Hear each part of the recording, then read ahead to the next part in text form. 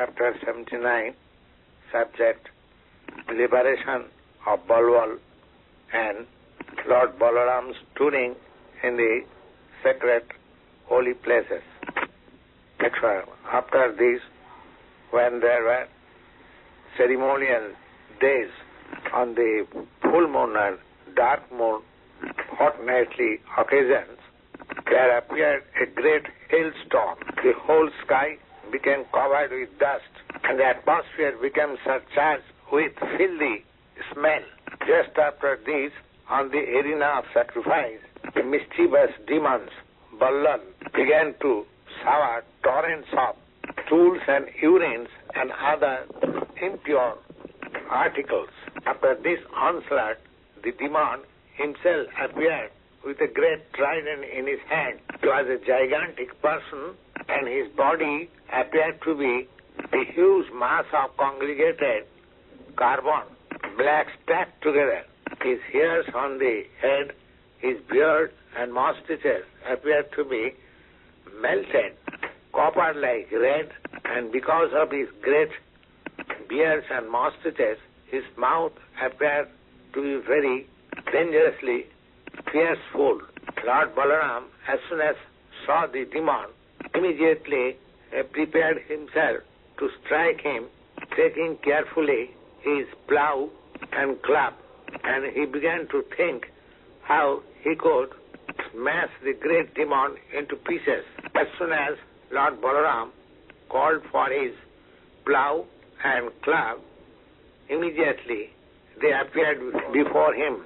The demon Balvala was flying in the sky, and Lord Balarāma, at the first opportunity, dragged him by his plow and immediately, with anger, slashed his club on the head of the demon, who was a great disturbance of the pious brāhmaṇas. By this striking by Balarāma, the forehead of the demon became fractured. There was profuse oozing out of blood from his forehead. Therefore, he began to scream very loudly, and in this way fell down on the ground. His falling down on the ground can be compared as if a great mountain with red oxide on the top became stricken by the thunderbolt and smashed down on the ground. The inhabitants of Naimisharanya, learned sages and brahmins, by seeing this, became very much pleased, and they began to offer their respectful prayers to Lord Balarāma. They offered their heartfelt blessings upon the Lord, and all of them said that Lord Balarāma's attempt to do anything would never be a failure. After this, the sages and the brahmins performed a ceremonial bathing of Lord Balarāma, exactly like the demigods do in case of King Indra's victory over the demons.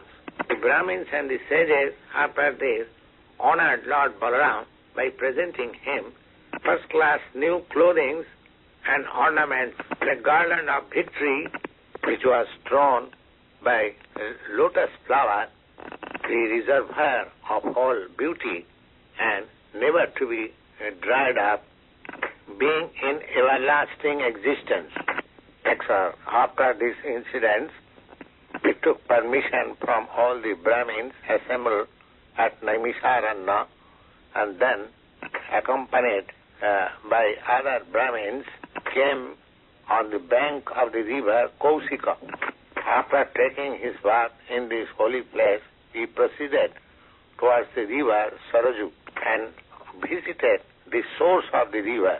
Thus, he began to travel on the banks of the Saraju river, and gradually he reached at Prayag, where there is confluence of three rivers, Ganges, Jamuna, and Saraswati. Here also he regularly took his bath, worshipped the local temples of gods, and as it is enjoined in the Vedic literature, he offered oblations to the forefathers, sages, etc., and after finishing this business, he reached ashram of Plow sage. From there he went to Gandaki on the river of Gomati. After this he took his bath in the river Vipasa. Then gradually he came down on the bank of the Son River. The Son River is still running as one of the big rivers in the Bihar province. There also he took his regular bath and performed the Vedic ritualistic ceremonies. Gradually he came down to the pilgrimage Gaya, where there is the celebrated Vishnu temple.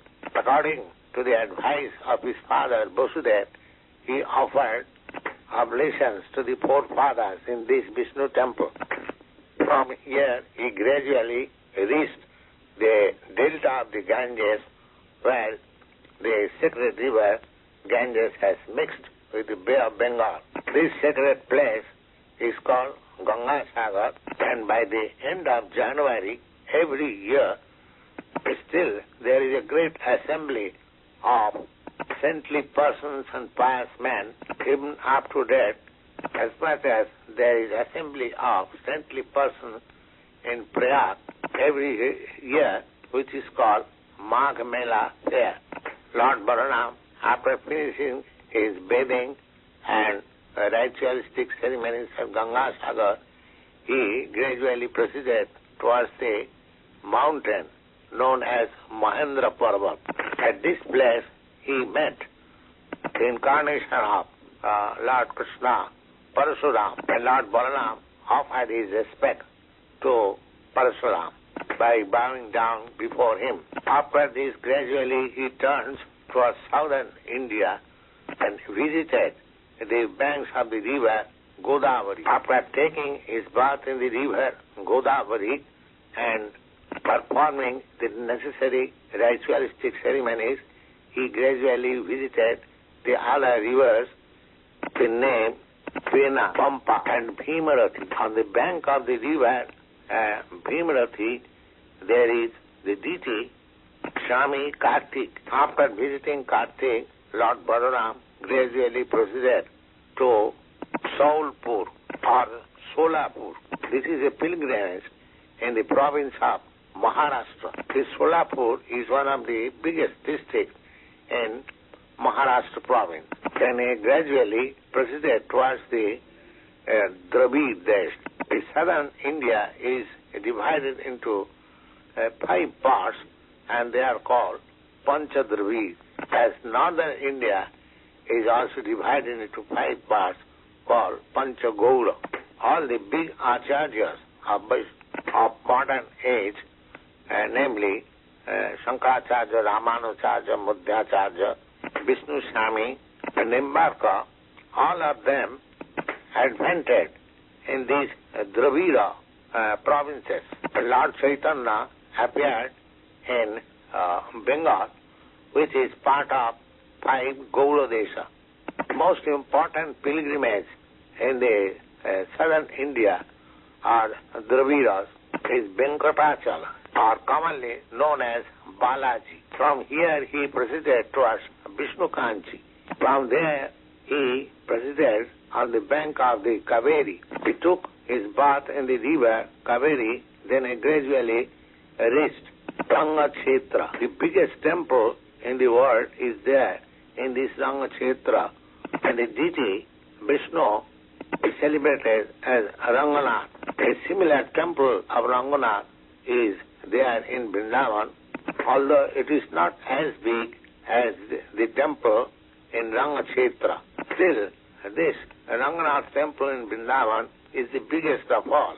While going to Vishnukanchi, Lord Balarāma visited also Shivakanchi. After visiting Rangakshetra, he gradually proceeded towards Madura, or commonly known as the Mathura of southern India. After visiting this place, gradually he proceeded towards Setubandha. The Setubandha is the place where Lord Ramchandra constructed the stone bridge from India to Lanka, within bracket Ceylon. In this particular holy place, Setubandha, Lord Balarāma distributed 10,000 cows to the local Brahmin priests. It is the Vedic custom that when a rich visitor goes to any pilgrimage, he gives in charity to the local priest houses, cows, ornaments, garments, or in other words, all necessities of the Brahmins. This system of visiting pilgrimages and providing the local Brahmin priests with all necessities of life has very much deteriorated. In this age of Kali, the richer section of population is no more attracted by these pilgrimages because of their degradation in Vedic culture. And the Brahmin priests also, who depended on such visitors, they have also degraded in their professional duty of helping the visitors. These Brahmin priests in the pilgrimages are called Panda or Pandit, which means formerly they are very learned Brahmins, and they used to guide the visitors in every details of the purpose of coming there, and thus both the visitors and the priests were benefited by mutual cooperation. But from the description of Lord Balarāma visiting the different places of people, even before 5,000 years ago, he proceeded from there towards Kritamala and Tamrapruni. These two rivers are also celebrated as sacred rivers, and Lord Balarāma took his bath in those rivers. From there, he proceeded toward the Malaya hills. This Malaya hill is very great. It is said that there are 7 ranges of this hill. The Malaya hill referred herewith is one of the 7 ranges. The great sage of the name Augusta used to live in these Malaya hills, and Lord Balarāma visited him and offered his respect by bowing down before him. After taking his blessings and permission from there, he proceeded towards the Indian Ocean, and at the last point of the cape, there is a big temple of goddess Durga. She is known as Kanyakumari. This Kanyakumari temple was also visited by Lord Ramchandra. Therefore, it is to be understood that this temple is existing for millions of years. From there, he visited the Indian Ocean, or the Southern Ocean, where there is a pilgrimage known as Falgun Tirtha. This Falgun Tirtha is celebrated on account of Lord Vishnu of the name Ananta lying there. From there, he visited another pilgrimage known as Panchab Swaras. There also, he took regular bath and observed the ritualistic ceremony. This pilgrimage is also celebrated as the place of Lord Vishnu. Therefore, Lord Balarāma distributed there 10,000 of cows to the local Brahmin priests. Now, from Cape Comorin, he turned towards Kerala. This country, Kerala, is still existing under the name of South Kerala in southern India. After visiting this place, he came to Gokarna Tirtha. This Gokarna Tirtha is the place of Lord Shiva. The Lord Shiva is worshipped there constantly. From there, he visited the temple of Arja Devi, which is surrounded by water all round. From that island, he went to the place known as Sudparo. After this, he took bath in the river known as Tapsi, Payosni, Nirminda. When he came to the forest known as Dandakaran, this forest Dandakaran, Lord Ramchandra lived while he was exiled. Then he came on the bank of the river Narmada, biggest river in the central India. On the bank of this sacred river Narmada, there is a pilgrimage known as Mahismati Puri. Lord Balarāma, after taking regular bath in this pilgrimage, he came back again to the Prabhupada. From he began his journey. When he returned to Prabhupada, he heard from the Brahmins there that in the battle of Kurukshetra, mostly the Kshatriyas are all killed. Thus he felt relieved that the burden of the world has been reduced. Actually, Lord Krishna and Balarama appeared on this earth to lessen the burden of military strength created by the ambitious Kshatriya kings. That is the way of materialistic life. People are not satisfied by the absolute necessities of life, but create extra demands ambitiously, which is again checked up by the laws of nature or by laws of God, appearing as famine, war, pestilence, and similar catastrophes. When he, however, heard that the Kurus are still engaged in fighting, he came back to the battlefield on the same day when Bhimsen and Duryodhana were just engaged in duel fighting. He wanted to stop them as well-wisher of both of them, but they did not. Expire. When Lord Balarāma appeared on the scene, King Yudhishthira, his youngest brothers, Nakul, Sahadev, Lord Krishna, and Arjuna, immediately offered their respectful obeisances to Lord Balarāma, but without speaking anything, all of them remained silent. The reason is that Lord Balarāma was somewhat affectionate to Duryodhana, because Duryodhana specifically learned the art of fighting with club from Balaramji. Thus, when the fighting was going on, King Yudhishthira and others thought that Balarāma might have come there to say something in favor of Duryodhana, and thus they remained silent. At that time, both Duryodhana and Bhimsen were very much enthusiastic in the fighting with clubs, and in the midst of many audiences, both of them very skillfully were trying to strike the other, and while attempting to do so, it appeared that both of them were dancing very nicely. In their dancing mood also, it was clear that both of them were very, very angry. As Lord Balarāma wanted to stop the fighting, he said as follows: "My dear King Duryodhana and Bhimsen, I know that both of you are great fighters. Both of you are well known in the world as great heroes in fighting. But still, I think that Bhimsen, by his bodily strength, is superior than Duryodhana. But at the same time, Duryodhana is superior to the art of fighting with club.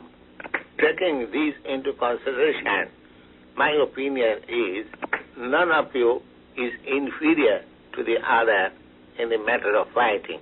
Under the circumstances, there is very little chance of one being defeated by the other.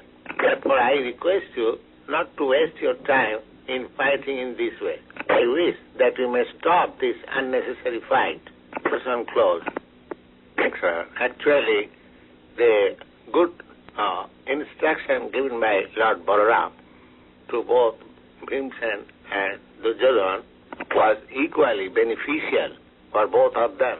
But both of them were so much wrapped up in anger against the other that they simply remembered their personal behavior in enmity since a very, very long time. Both of them took it a chance of killing the other. Therefore, they did not give very much importance to the instruction of Lord Balarāma. Both of them became like madmen, remembering their strong accusation and ill behavior with one another. Lord Balarāma immediately could understand the destiny which was awaiting to both of them. Therefore, he did not become very much eager further in this matter. Therefore, instead of staying there, he decided to return back to the city of Dwarka. Thus, when he returned in the city of Dwarka, he was received with great jubilation by relatives and friends headed by King Ugrasen, other elderly persons, and all of them came forward to welcome Lord Balarāma return back. After this, he again went to the holy pilgrimage, Naimisharanya, and his sages, saintly persons, Brahmins, all of them understanding that Lord Balarāma, although Kshatriya, was now retired from the fighting business because the Brahmins and the sages were always for peace and tranquility. All of them embraced Balarāma with great affection and induced him to perform various kinds of sacrifices in that sacred spot of Naimisharanya. Actually, Lord Balarāma had no business to perform different kinds of sacrifices as they recommended for ordinary human beings. He is the Supreme Personality of Godhead.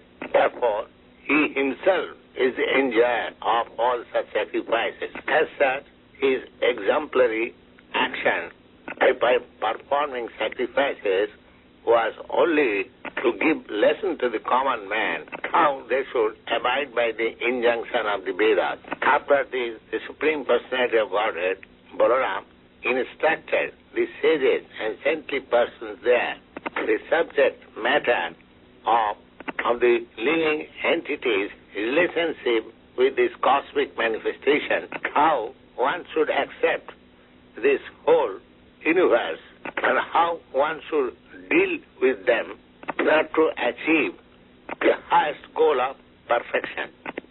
The highest goal of perfection is to understand that the whole cosmic manifestation is resting on the Supreme Personality Godhead, and the Supreme Personality Godhead is also present all pervasively in everything, including the minutest atom. This is the function of the Paramatma feature of the Supreme Personality of Godhead. After this, Lord Balarāma took bath, which is called Abhamrita bath, accepted after finishing sacrificial performances. After taking his bath, he dressed himself in new silken garments and decorated with nice, beautiful jewelries. Along with his relatives and friends, he appeared to be shining full moon along with the luminaries in the sky. Lord Balarāma is the personality of Godhead Ananta himself. Therefore, he is beyond the scope of understanding by mind, intelligence, or body. He descended exactly like human being and was behaving also in that way. For his own purpose only, it can be simply explained as the Lord's pastime. Nobody can even estimate the unlimited demonstrations of his pastimes because he is all-powerful. Lord Balarāma is original Vishnu. Therefore, anyone remembering these pastimes of Lord Balarāma in the morning, evening, will certainly become a great devotee of the Supreme Personality of Godhead. Thus, his life becomes successful in all respects.